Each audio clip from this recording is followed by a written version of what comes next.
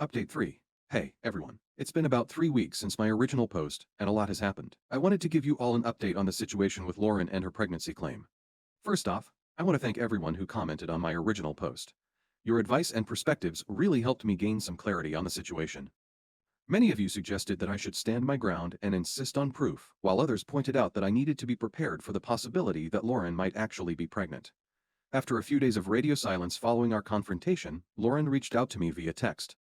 She apologized for her outburst and said she understood why I might have doubts. She agreed to provide medical proof of the pregnancy and to take a paternity test once it was safe to do so. I was relieved that she seemed to be taking a more rational approach, but I was still worried. We agreed to meet at a local coffee shop to talk things through. I suggested a public place to avoid any potential drama and to keep things civil. When we met, Lauren looked different from when she had shown up at my door. She seemed calmer, more collected. She handed me an envelope containing ultrasound images and a doctor's report confirming her pregnancy. According to the documents, she was indeed about 10 weeks pregnant, which aligned with the timeline she had given me earlier. Seeing those ultrasound images, I can't even describe the mix of emotions. I felt this was really happening. Or at least it seemed to be. We talked for hours. Lauren explained that she had found out about the pregnancy just a week before she came to my place.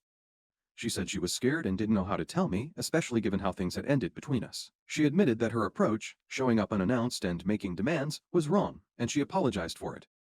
I listened to her and tried to keep an open mind. I explained my perspective too.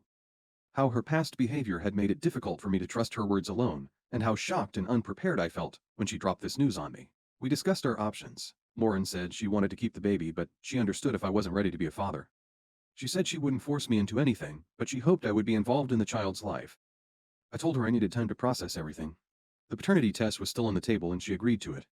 We decided to wait until it was safe to perform the non-invasive prenatal paternity test, which can be done after the 7th week of pregnancy, but decided that 12th week would be the safest. After a meeting, I felt a bit better about the situation, but I was still overwhelmed. I decided it was time to tell my family and close friends about what was going on. I started with my parents.